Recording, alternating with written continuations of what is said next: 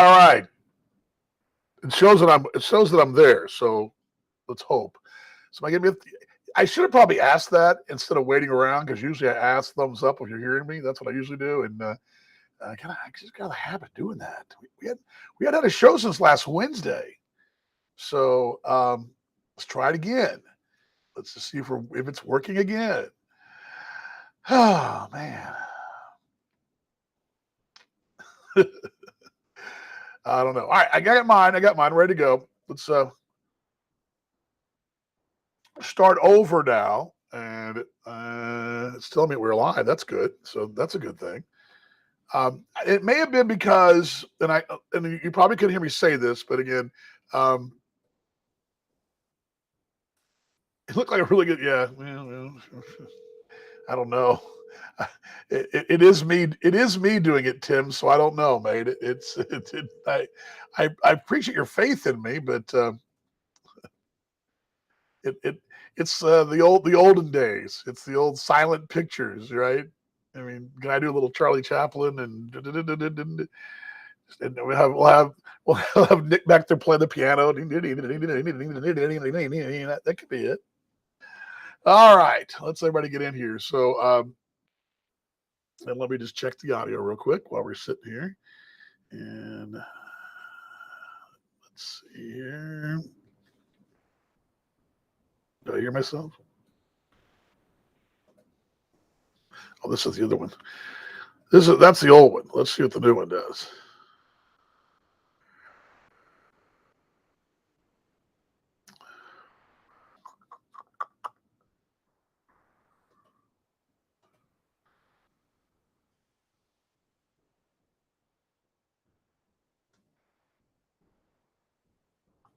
Yep, we're good. Okay, we're good.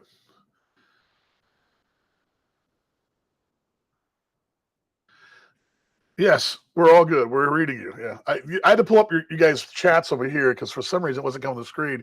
Uh, the first time, when I was trying to tell you the first time was, uh, I had this really cool shot of the ballpark from my other camera, and I was getting this awful feedback. And somewhere in that feedback, that must have tripped something because I'm getting a VU meter, but I got nothing coming out, and so all good. But hello, everybody. Welcome to our Monday edition.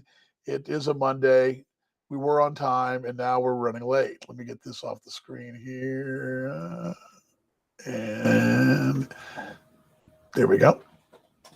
All right, let me hear from you guys. What's going on? Did I just? There we go. There we go. Cool. Well,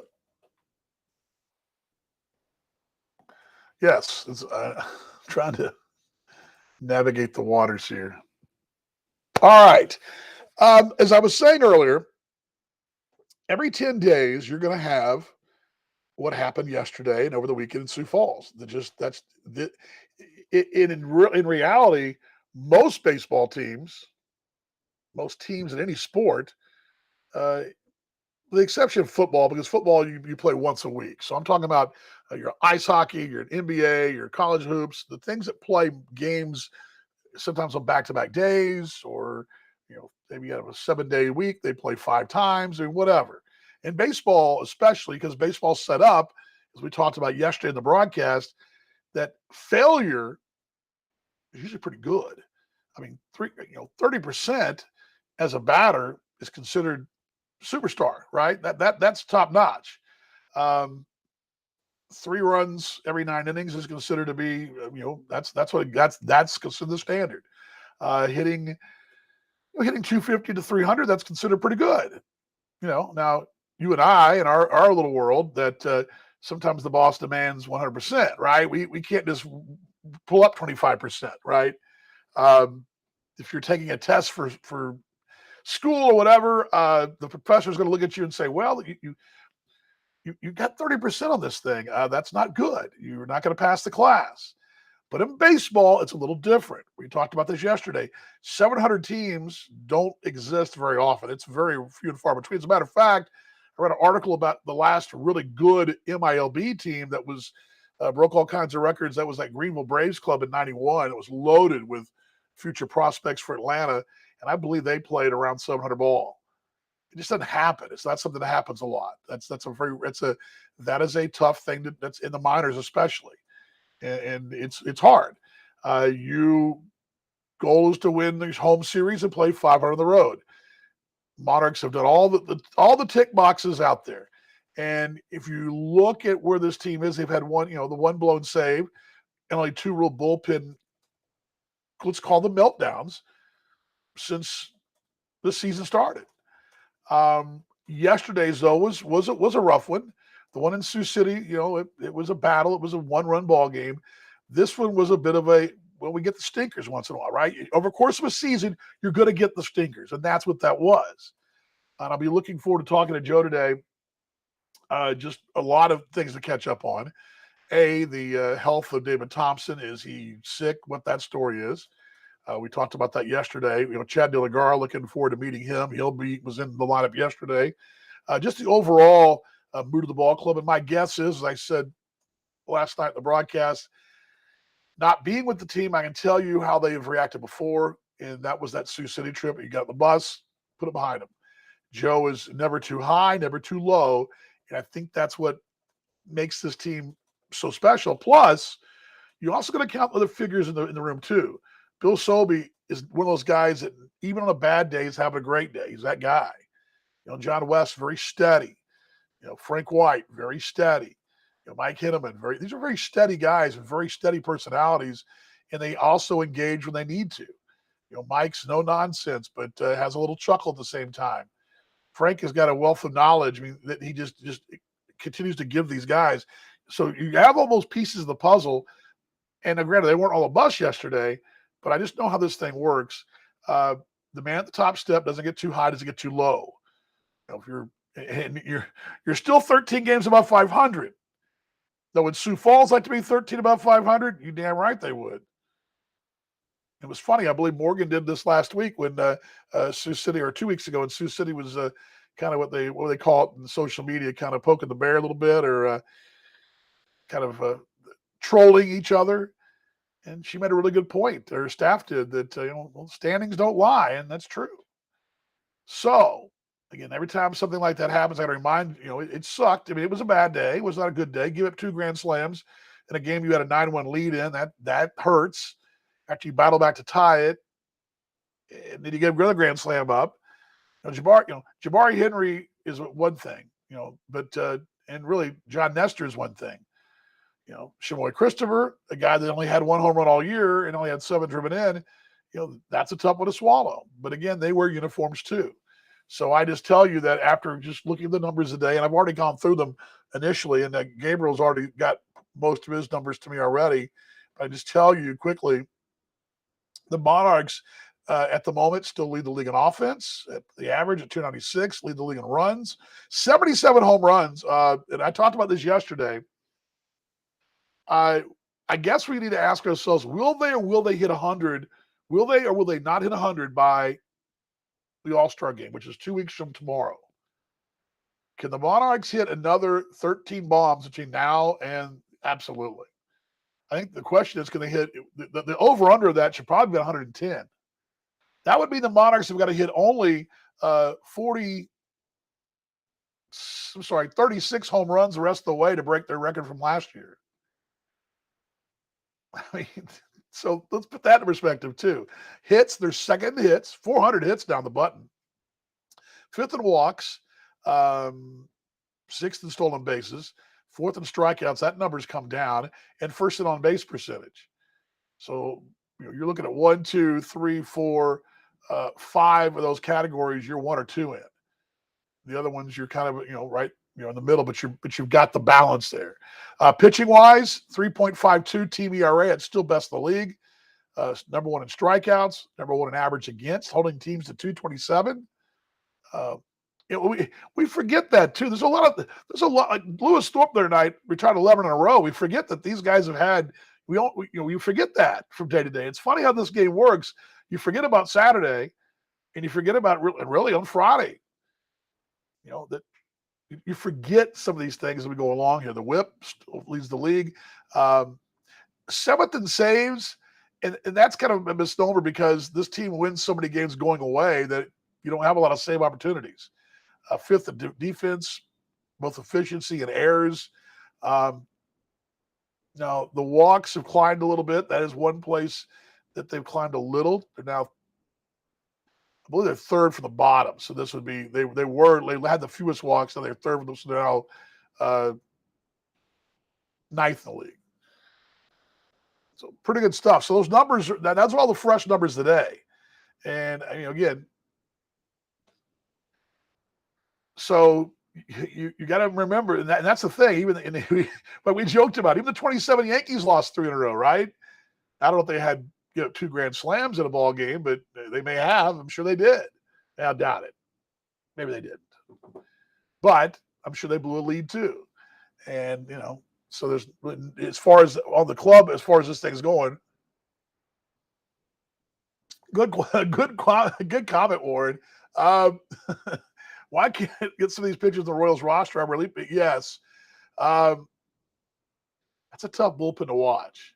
I actually had a chance. I sat through for probably the first time since maybe April, May.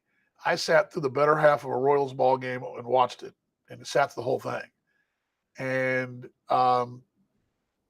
that was the conversation in a nice way that they were having on the air. That they were pointing out that the numbers in the pen down there are rough, and it's a long season. The big leagues, long season in this league, more. But I will tell you this though, and I'm kind of tongue in cheek aside. Don't think they're not looking. I mean, the Royals have scouts here. They've also got investments at AA and AAA they want to see as well, but they're watching. They're watching. As a matter of fact, I've got one of the gentleman's name on my wall over here, his email, because I send him stats and things once in a while. Won't give that gentleman's name away, but they're watching. They're always watching. That's what scouting is. But yeah, it's a good point though, Warren. And I, hey, this club's really, really good. And I just I love what's going on here. And again, you don't want. I mean, tell me a team in the league besides Fargo in this league that would say, well, you know what, we don't want the Monarchs record.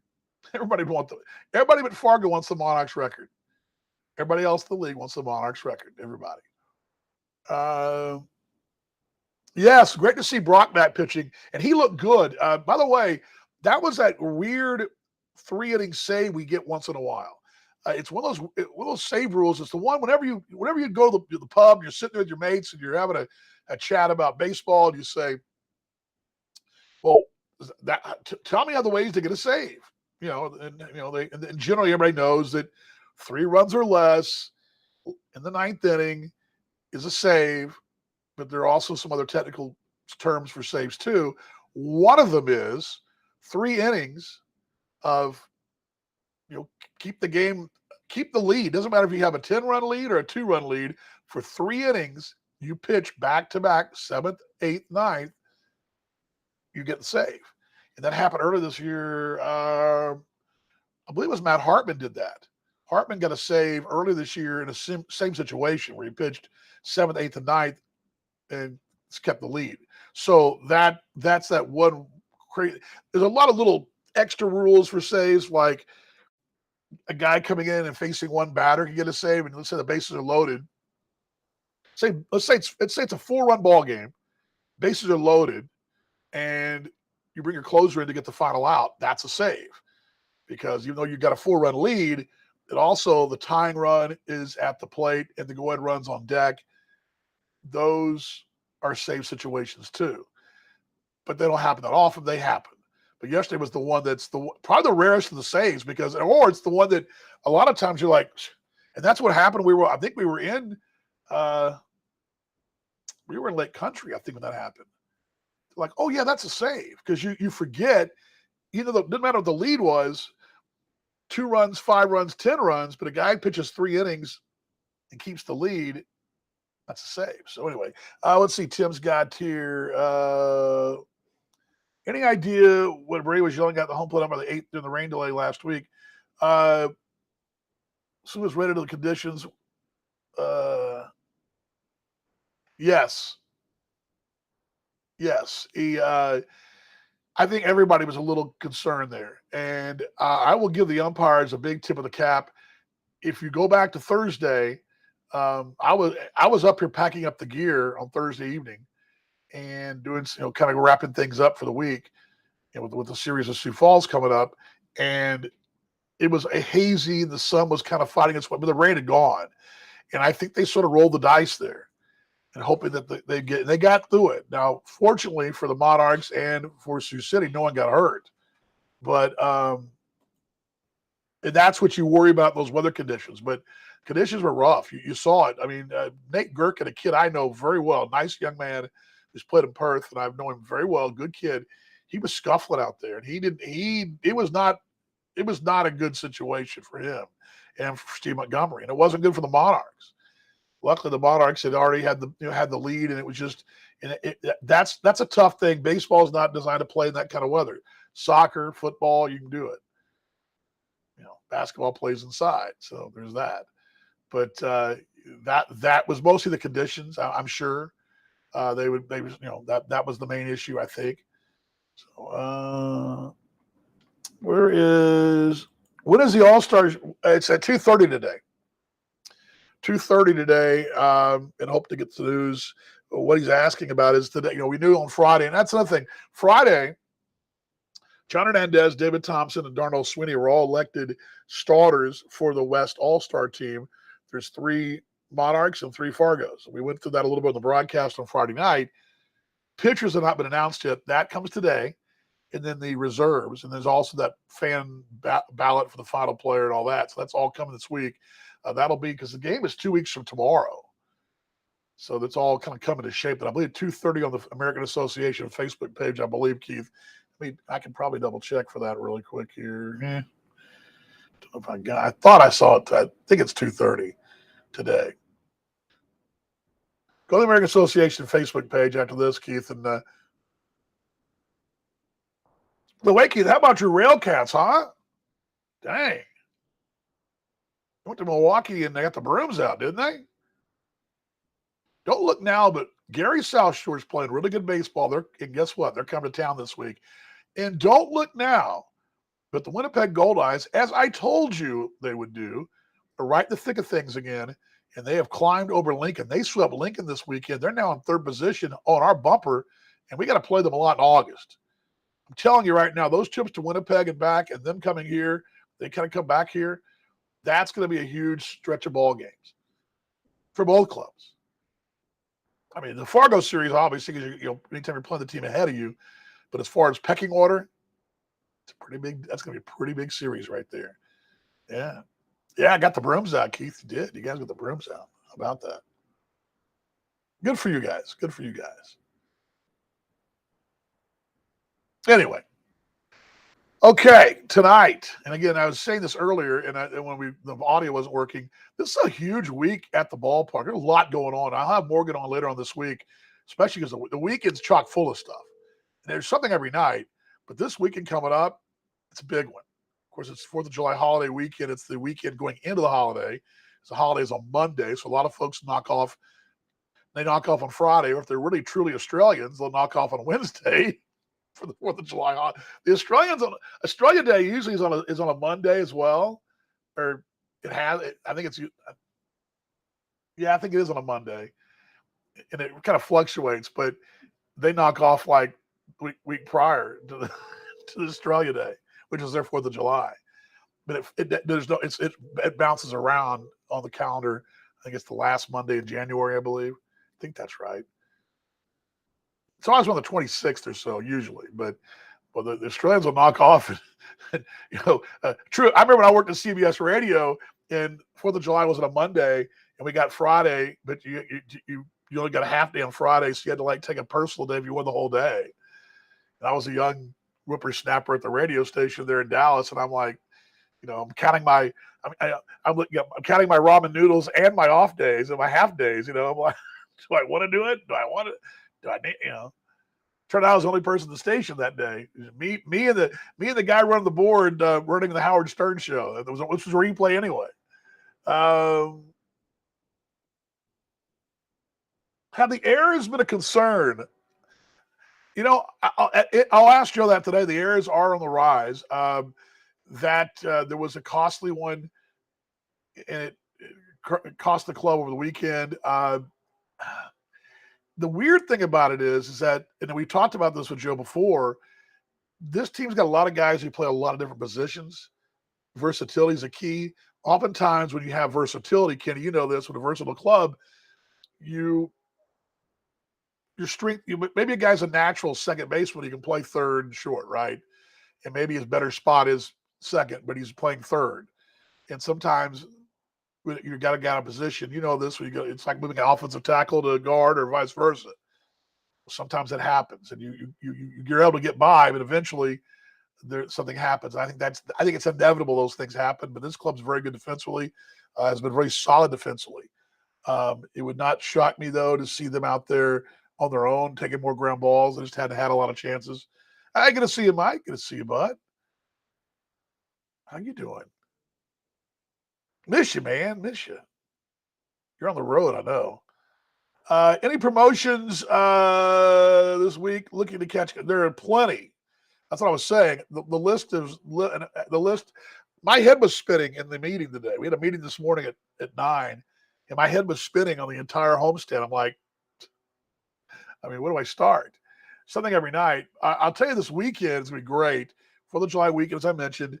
There's a concert on Sunday after the ball game. That's pretty cool, right? And that is going to be David Cook and Cassie Joy. They're playing here. David was a season 7 winner of American Idol, also Billboard Top 100. And we were doing music yesterday in the broadcast. So you heard my love of music. So I'm sure I'll be up here tap my toes on Sunday. Of course, fireworks on Saturday night. How about that?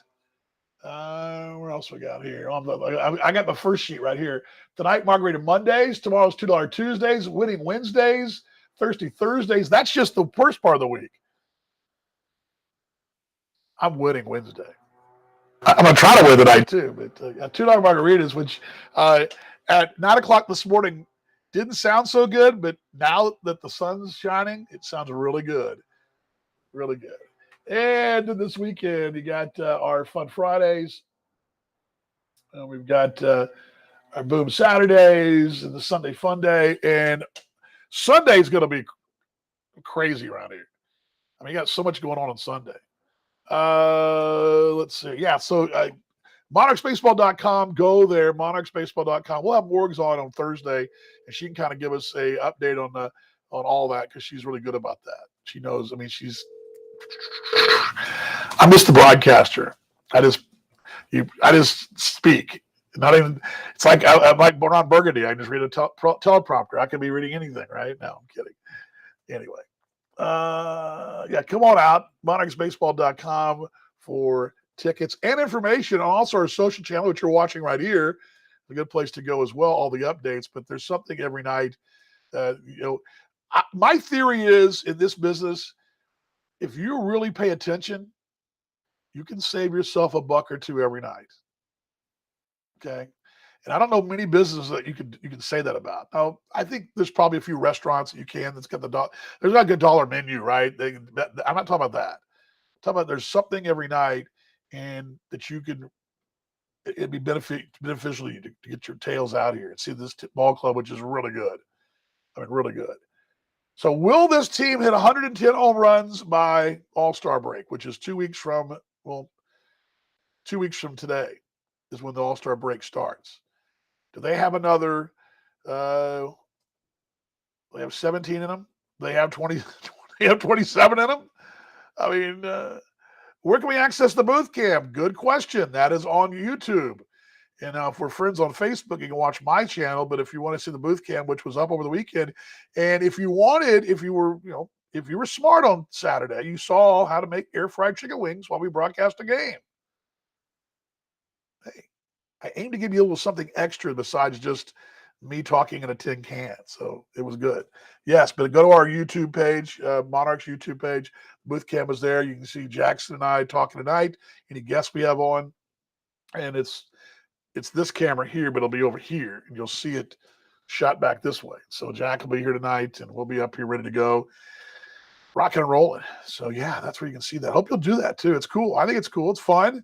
You might see me yawn. Um,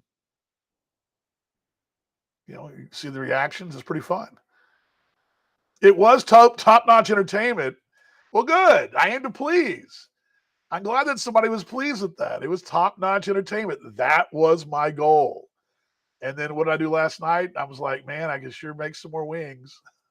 It's like I didn't buy enough. Tell the air fryer is a game changer.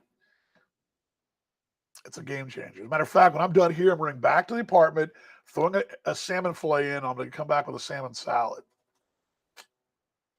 How about that? Thank you, Price Chopper. Yes, get my savings. All right, what else we got here? Any chance of the Monarchs app that can tune the games easier?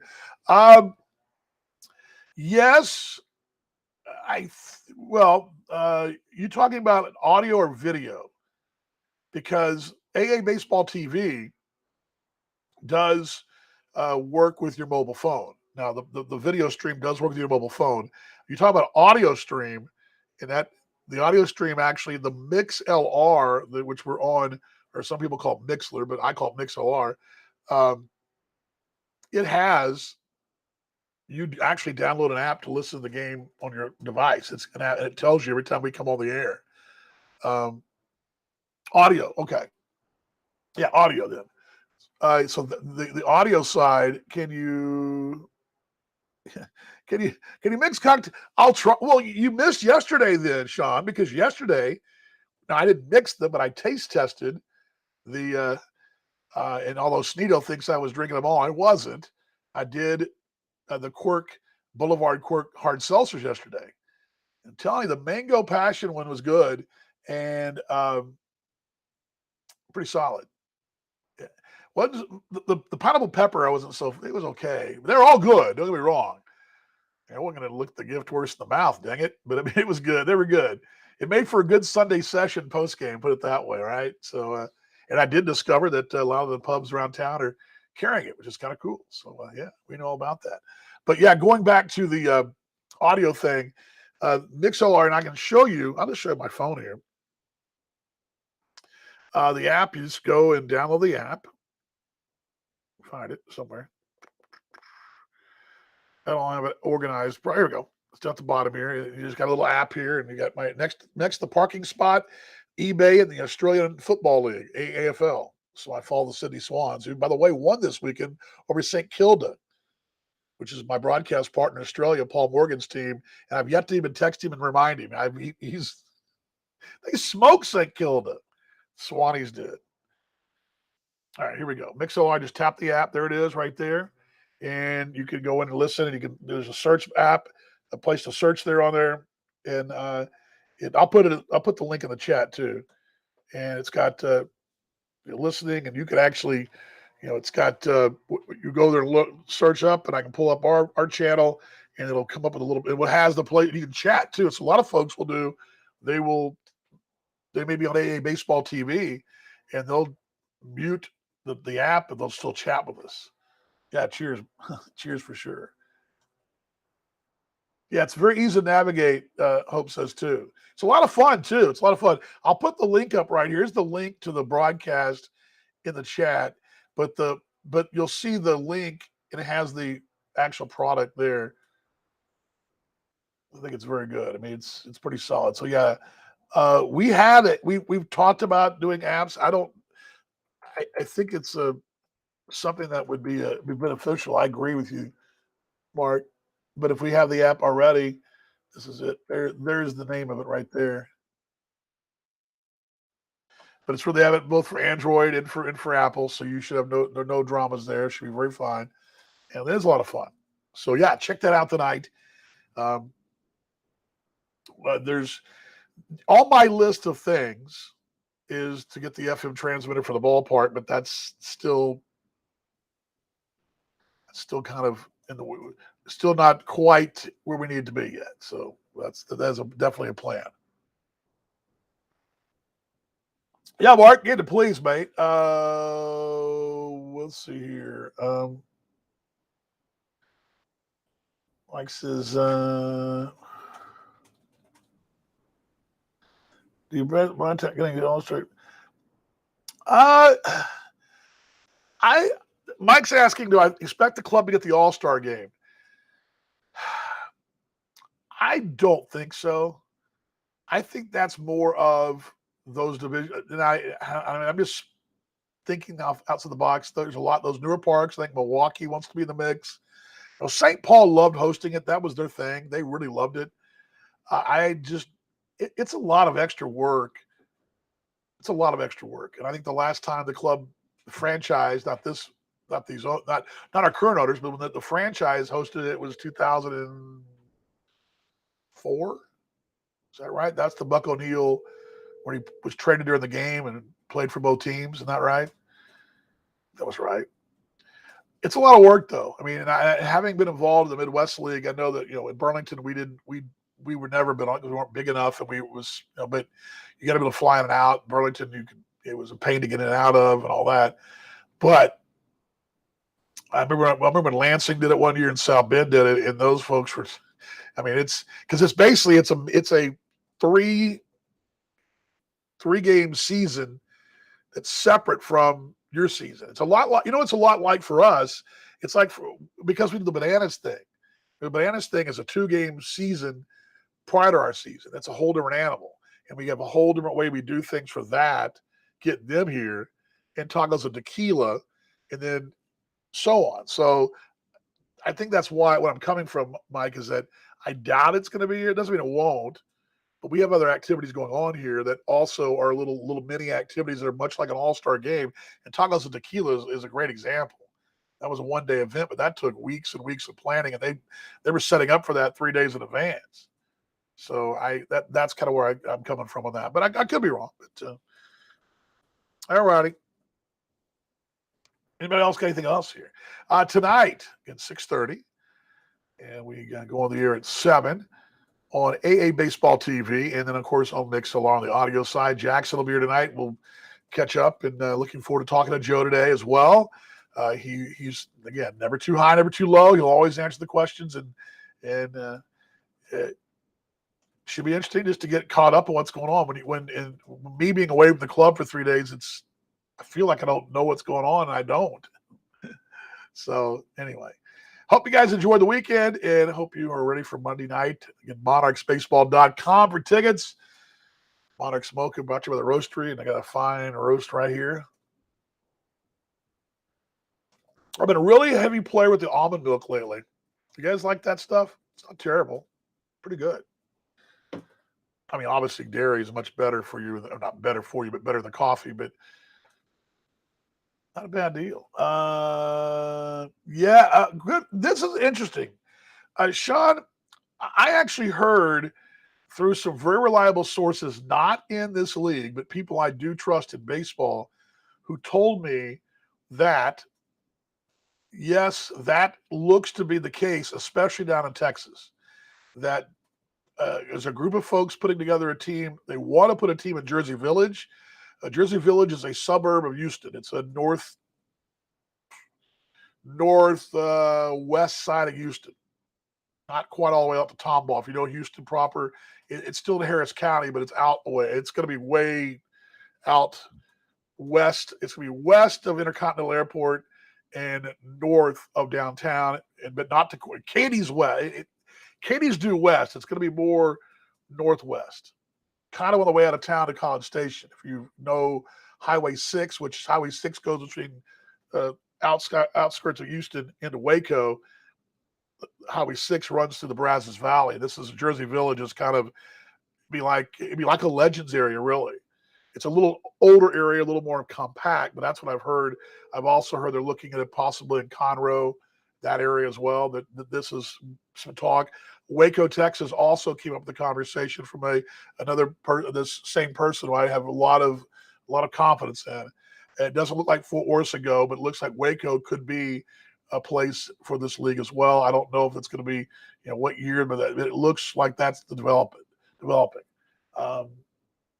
That's what I'm hearing. Again, I've not heard that from the league. There's no one in the league said that, but that came from somebody I really have a lot of confidence in, who is in the sports business and would know those channels, is what I'm saying to you. I think since they're being located, so many teams up north, attendance would be better. Well, and the one thing about it is too, that's good. That's a good point, because you can basically, if you're in Chicago, everybody can get there within 8 hours, right? I mean, our drive. Well, I think about Cleveland has to drive 16 hours, but there's also airfare that's pretty cheap from Dallas to there, and the airport's right there. But I mean, everybody, you can get Chicago's. You go for the weekend. I mean, you can do it. You can make a weekend out of it on a Monday, Tuesday, Wednesday. And if you're in Sioux Falls or Sioux City, it's even closer. Obviously, Milwaukee, even Fargo. I mean, Fargo, it's a little further, obviously, but you're 3 hours to the Twin Cities. They're 4 down from there, 7 hours, whatever. Winnipeg, maybe a little dicey, but that's a good point. All those teams are real close, and a lot of fans can go see those guys. But you're going to get fans from all of those teams, and even from here too. But let's see here, River City Rascals.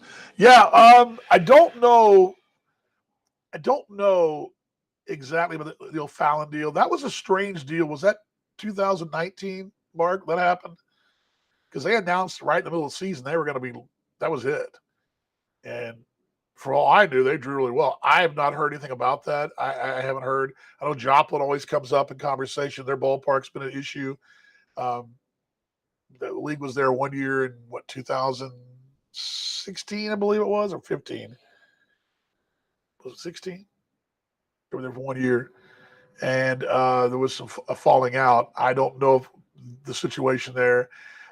Again, Fort Worth makes a lot of sense, but that ballpark in its current state probably needs a whole new development down there. But you're talking dealing with land and cities, and especially the Lone Star State right now, which the list probably is a long one of folks that want to put their business in this area. The area that the ballpark is in Fort Worth is called Panther Island. It's a development that's going up right now as a drive-in. They've turned this little island in the river, the Trinity River, into an entertainment complex. It's just down the hill from downtown Fort Worth, which is, Sundance Square is a big hangout, big place to go. And then you've got another 6 to 8 blocks away is the Stockyards, and the ballpark kind of sits between the two. But they've not. It's sort of becoming, that land's become very valuable now because of what they want to do in that development. So I don't know how that's going to transpire. Cleburne, obviously the South is got that bolted up. There's a possibility north of there toward the Texas Motor Speedway, back up toward Denton. That would be a possibility. But Waco is what I'm hearing. I'm hearing Jersey Village down in Houston. That's what I'm hearing. So that was what I heard. So we'll be making the trip to Cleveland. I hope so.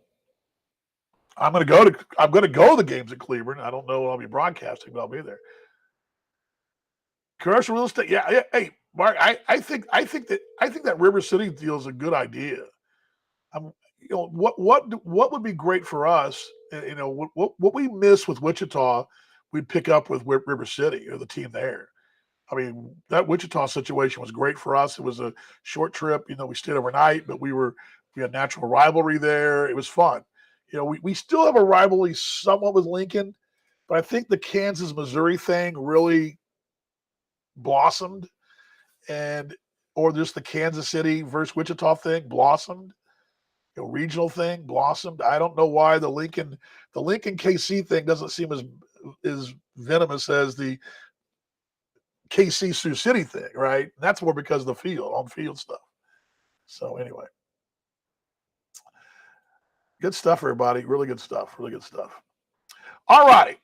Yeah, Robert, I hope to be down there. Yeah, I'm flying to Dallas on Monday, so I don't know what I'll be doing, but I'll be in Dallas on Monday. But yes, I look forward to meeting you down there too, Robert. I really enjoyed getting to know those young men from DBU, and it should be great. Yeah, Jackrabbits and Oilmen. By the way, we played, Keith, that first year we played Milwaukee. We played them there in Kokomo, because the Kokomo folks are the Rock Ventures, who owns the Milwaukee Milkmen, also own the team in Kokomo. And I heard that Oilman thing is pretty cool. I all my years in Gary, in Northwest Indiana and Chicagoland, I never went to Whiting. I went to Pierogi Festival once, and I never went to the ballpark there. And it was what, 10 minutes, 15 minutes away. When I drove right by Whiting on the way to the city all the time. All right. On the broadcast tonight, we'll have plenty to talk about. We'll have the Monarchs 101 with DV. We'll look at the. I had a really good discovery yesterday, and I think you guys, as I close with this, I was reading an article about the Birmingham Black Barons and the Kansas City Monarchs from 1948, and the name Willie Mays comes up, of Willie Mays, and I'm like, oh my gosh, Willie Mays played in that game. And it's funny how my frame of reference is. I think of Willie Mays, San Francisco Giant, 60s, legendary. By the time I was playing baseball, Willie Mays was a legend. He was kind of like the Babe Ruth of that. I mean, legend, right? Legendary player. And Jackie Robinson, I knew about his story, but it didn't dawn on me that Willie Mays played the Negro Leagues. There's a whole stretch of players, and maybe I'll do this in July, is try to find some of these guys. We talked about Ernie Banks playing in the Negro Leagues. We talked about that, but there's others out there, and I don't think I've talked enough about the guys who played the Negro Leagues, got their start, and went on to be great stars in the big leagues. And Willie Mays, obviously, when he was a 17-year-old kid playing in Birmingham, and he would play only home games when they were having 2 days for football, he was only playing home games because his high school didn't want him to travel. They wanted him for high school football. And then he was a 17-year-old kid playing all these veteran Birmingham Black Barons, and they were a veteran ball club. And that side of the story of Willie Mays' story, the say hey kid, I didn't know. And I think that shows you what this ball club can do. That's why I'll encourage you to tune into our broadcast on the radio side, and we get part of that as well in the AA baseball, but you always get at the radio. You're going to get things like that. And I'm working on a project right now to post those for everybody to go and listen to them as well, because I think it's good stuff. I mean, I discover it and go, wow. I mean, I had no idea that. I didn't know the story. I knew Willie Mays' story, but I didn't know that part of the story. I didn't know how he began his playing days. I knew that Hank Aaron had played the Negro Leagues, but I didn't know the Willie Mays story like I should have. And that's what we do at 101. We find those nuggets. We try to really educate on the Negro Leagues and the Monarchs and that. And then we also have our Coors Light flashback moment, which I haven't even done yet today, but it'll be something good. Always discover something fun there. Doubleheader or something. Always something good. And of course, Joe Cappy after his top step. We have the Around the American Association. Jackson has your dugout report. All that tonight in the broadcast, beginning at 6:30 on MixLR and short about 20 till on AA Baseball TV for $14.99 per month. You get that great service to have all the games streamed home and away to your device. So, Pete, let's see here. I will.